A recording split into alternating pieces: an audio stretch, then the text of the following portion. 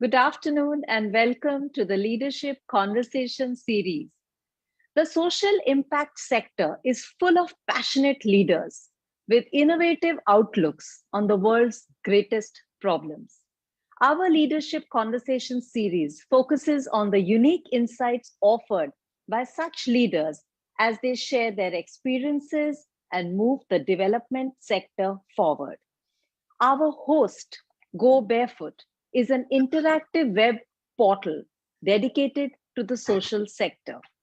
It brings together individuals, NGOs, NPOs, and the CSR arms of organizations with the mandate of creating a one stop information website for both networking and knowledge sharing.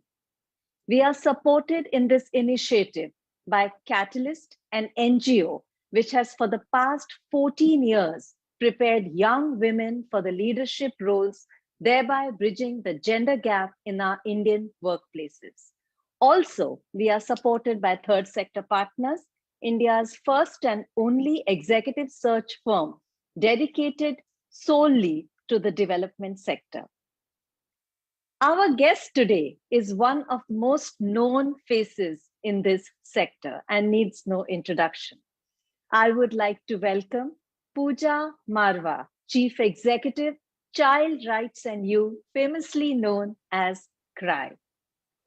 Puja believes that children are the very foundation of every nation's growth and development aspiration. She believes that children should be the heart of all human development projects. It is this belief that fueled her passion for children's rights and made her switch from the corporate sector to the social sector as early as 1994. After a liberal arts and a human resource development education, she smoothly transitioned her career. For the past 27 years, Puja has helped build an organizational framework for CRY that best captures the essence of justice and equity. Her work is focused on creating an organization that fosters a deep rooted passion for children and combines that with a high degree of individual accountability. Thank you, Puja, for joining us today. We are honored and we look forward to your unique insights on leadership and how it has evolved in the social sector. Hi, Shital. I'm Hi, so honored to be here and so happy. thank you. So I'm going to start with our first question. We have readers who have even written in their questions. So my first question to you, Puja, is the NGO sector in India has significantly changed and evolved in the past couple of decades. And you have witnessed this change firsthand. How has leadership evolved to rise up to this challenge? This is a really wonderful question because it's both around the changes that we've seen in the sector and as to how this has um, both made traditional development organizations have to change the way we lead, what we do, as well as actually integrate a whole set of, and an army, I think, almost, of new sorts of leaders that have come up. If you look at the sector in the last 15 years, we've seen funding of very different kinds coming in. There's been the founding and the growth of the whole impact sector, because of whom a lot of young people are come in with social entrepreneurship ideas, for example, right? We've seen, therefore, so many multiple organizations that have come in and specialized in doing specific things. It could be monitoring and evaluation. It could be, bringing in a very specific research angle, or actually looking at policy evaluation work. I think today there's a lot more diversity and a lot more layers of work that we see in the sector. I see a far more, I mean, for example, some of the work that you do at third sector, which is, actually looking at how we can help young people to find what they want to do in life. Because I really believe that that's how and why people reach our sector. It's about a search for what you really want to do in life, and you may have done a set of things. We are a very India is a very ageist society. We listen to our parents. So we all dutifully trot off and do engineering and MBA, and halfway through realize that, I'd actually want to do something completely different. We recently got a young lawyer who does not want to practice law anymore, but actually wants to do work for the sector that she realized that she was brushing up against, but used to think is it's only something she could voluntarily, but not as a career. So there is this big difference. And I think as leaders in the sector, what we have had to adapt and acknowledge, I think, is not just that there is huge energy in this innovation, and how do we work with this innovation? How do we encourage the young people that we work with to actually become social entrepreneurs rather than constantly see them as subjects of charity work or development work or people to be felt sorry for? But how do you actually transfer and help young people create agency? Because I feel like young people who come from situations where they have themselves overcome so many obstacles make amazing social leaders, because their passion, their connect to the community, their almost practicality in what needs to be done is really, really of a different order of things. I meet young people who have started an organization just to help people who are mentally, young people like themselves, who are mentally ill, to be able to function better. Superb.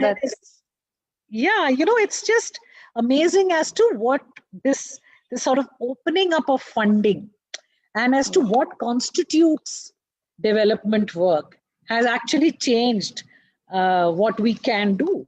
And I think for us as leaders, that recognition, that sort of, stepping off into the unknown and actually saying, okay, let me see where this takes me. Let's see where these young people take us. So I think that for us as leadership, it is time to move on from this paradigm of, I always used to say and cry in 94, unless death do us part, I don't want you. And I think today we stepped into a space where people come in of all ages, contribute something amazing, and move on sometimes. And it's okay, right? Because everything is adding to what we as a sector are creating. Superb. Yes. So much diversity, inclusion, creating social entrepreneurs. So yes, so many more roles and aspects of leadership. That's amazing. Now you have given such wonderful insights on youngsters as well as millennials. So much awareness building. Now, what according to you, what are some of the shortcomings of the leaders in the development sector, or what we call as gaps that they can work on and make it even better? I must say that, when I am looking at this, I'm thinking this is a very difficult question to ask me. I'm almost, even after 27 years, most romantically in love with the sector's leadership. So it is tough for me, but yeah, I mean, it's so therefore I will answer the question to challenges that I have faced, and I think are common challenges to what I see as people in the sector, both young people who have started, or young or older people who are single person organizations, as well as people like us who work in larger organizations where you can build leadership pipelines and so on. So I think, to me, one of the biggest challenges we have is humility. To learn to be humble, to learn to say that maybe that Anganwadi worker or that illiterate woman I'm working with has a better solution to this than I do, with all my cleverness and my degrees and my, Harvard, whatever.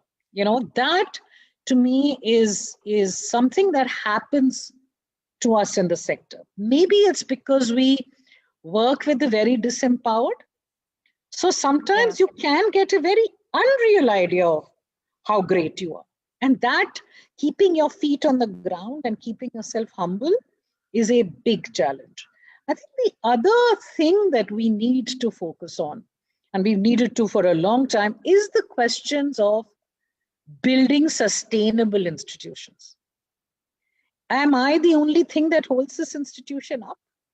I see so many of leaders beginning to believe that. It's not true, but it is not untrue either. So if leadership energy is what, for example, you're an entrepreneur, you created a new organization. If you want to pass it on, you have to think it through. You have to create the leadership pipelines. You have to mentor, or you have to live with, or you have to decide that your organization will die with you, whichever one. But you need to make that. And I've also seen an interesting pattern recently, which is also this thing of, it's become fashionable to say that, I need to move on, I must get a COO, and never really give up the power and the energy.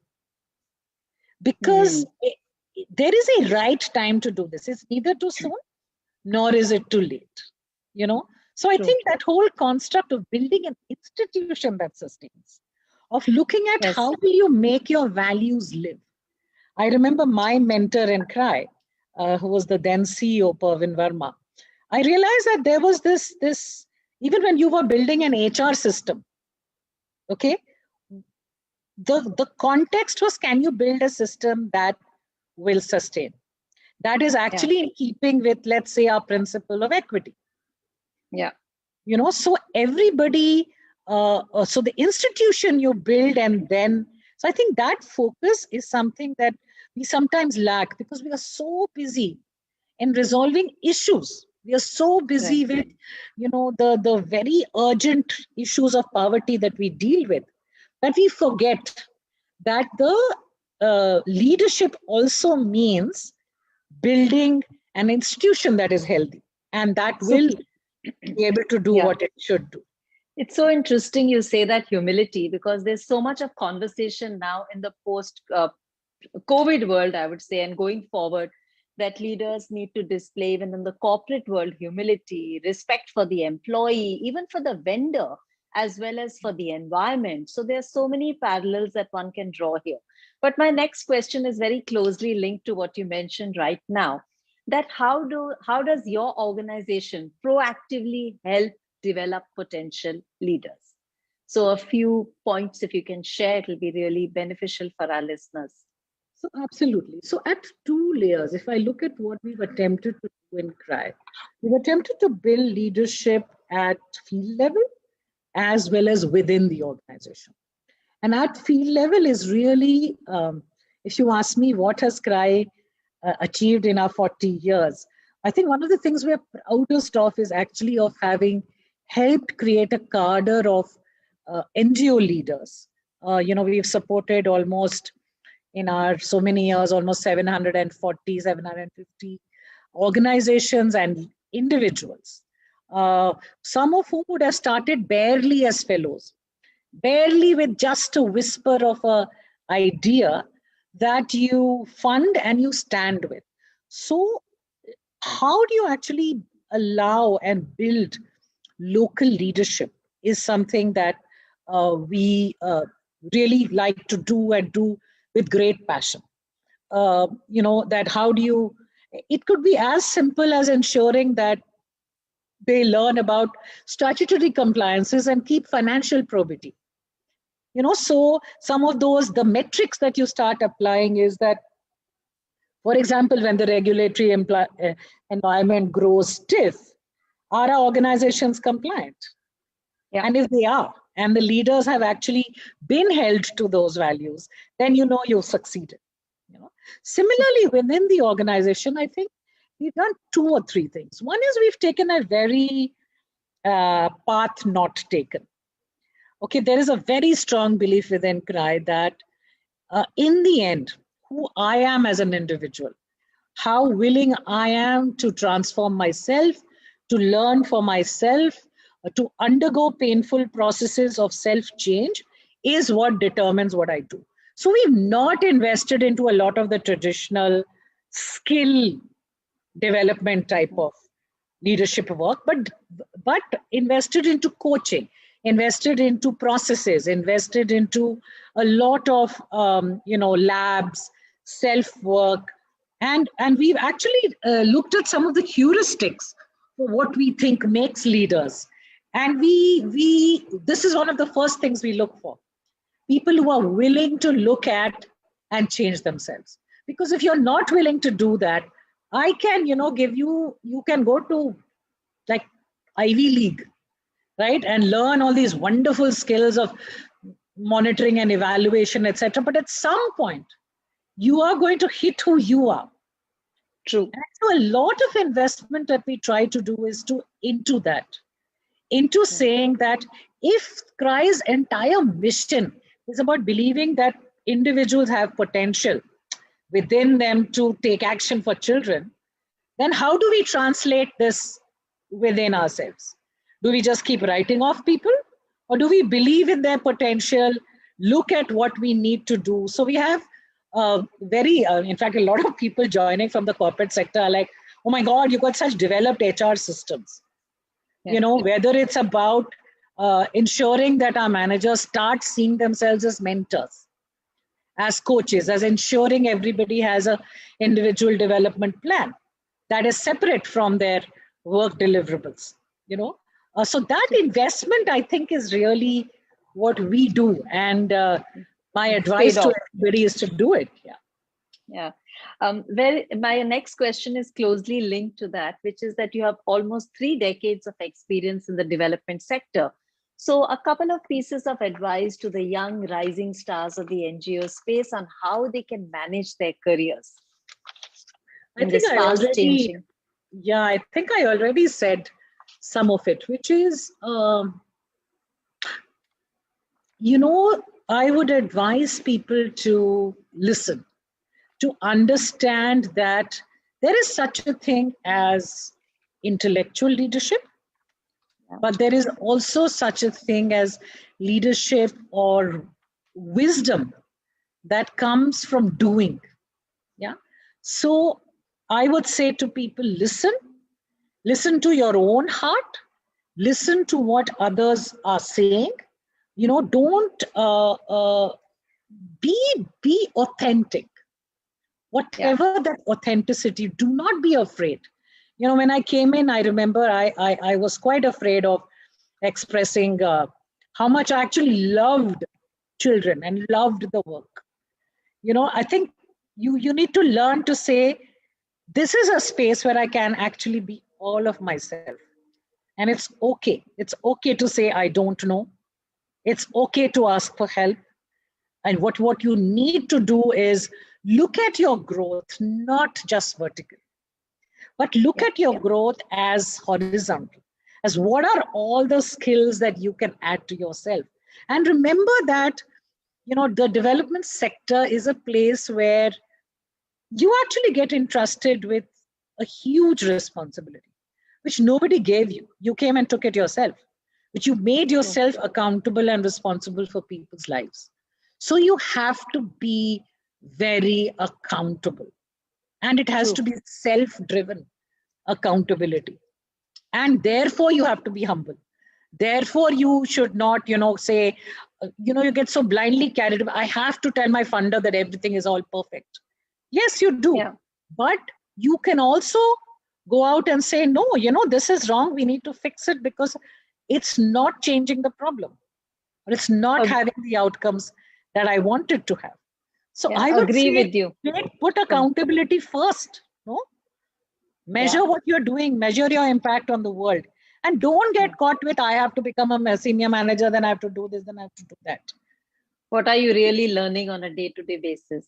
And of course, I really endorse this authenticity thing, because I feel that unless you're really authentic, you really cannot be at peace and follow your passion and present the best version of yourself. Yeah, And yeah. listening, of course, is a skill that all of us can upgrade. So I agree with you completely. So moving on, the sector has grown tremendously, and you must have faced challenges in attracting and retaining some of your star performers and best talent. So how did you counter this? A few, if you could share a few points on that. I think, one thing I feel is you have to be very proud of what your organization is and who you are. And you have to project that. You have to say to people, this is actually your opportunity of a lifetime. This is going to change your life in ways that you never imagined possible. And people will, the challenges that we face very clearly are we get accused of being unprofessional because, for example, we may not have a carrot and stick methodology of rewards, right? People do struggle with a very different culture when they do come in. So besides struggling with compensation, and sometimes, frankly, and that is always my saddest thing, that sometimes people do need the money and they do move on. And however much your heart breaks, they do. And it is a huge challenge, and it cannot be sorted out by attempting to be a Me Too. I really feel that that's very silly thing to do, because you may actually be removing a leap of faith that you want people to make when they actually come. A belief in a kinder, more collaborative way to be, to live, to work, to cooperate with others, and it's to me that is really what you need to do. You need to build a culture that celebrates collaboration, that celebrates the values that we actually as a sector need to stand for. And we should not get taken in by the mythology of building a dichotomous organization. I find it so funny when people tell me, oh, you're not professional. I am a professional. Only MBAs are not professionals. MSWs are also professionals. So it's to me that is really what you can do to retain. And I think what we have done, and we are so very proud of all the wonderful people who have come. Some stayed few years, some stayed many years, but all of whom have changed us irrevocably. True.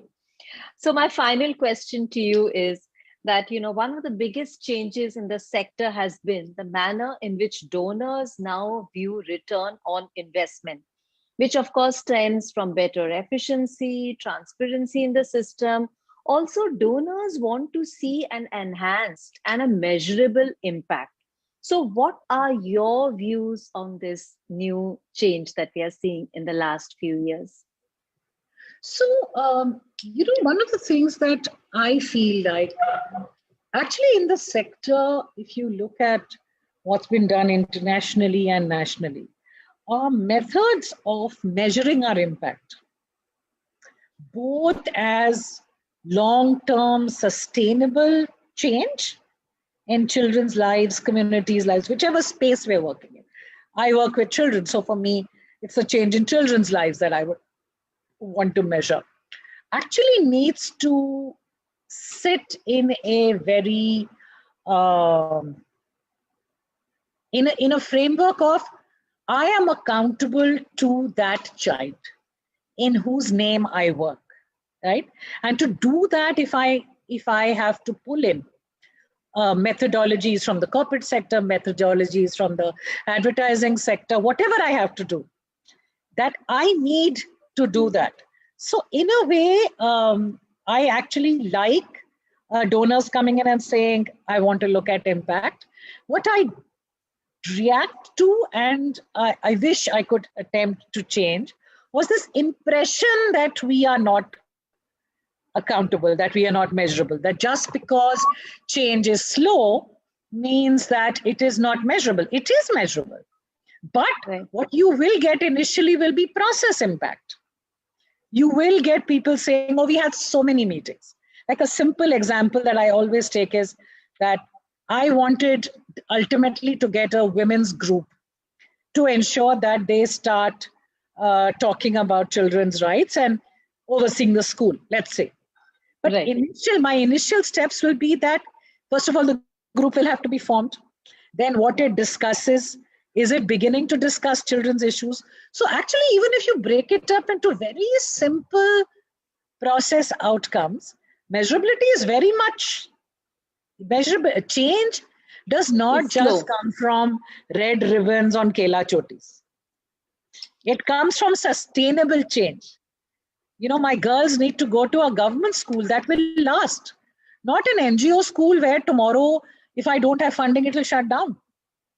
Yeah. You know, that is not worth spending our time on. So I think that really to enroll donors into a journey where we say, let's build bridges, let's not just run ferry boats. Yeah. You know, that is the real journey. Superb. And, with that, our questions end. We have received a lot of questions from viewers in advance, and I'm going to read out a couple. So we'll take one, and then, of course, we are running short of time, but you can leave it on the Facebook page, and we will forward it to Puja and, get her inputs and send it back to you. So one question is, what do you look for inspiration in, how do you find a coach or a mentor?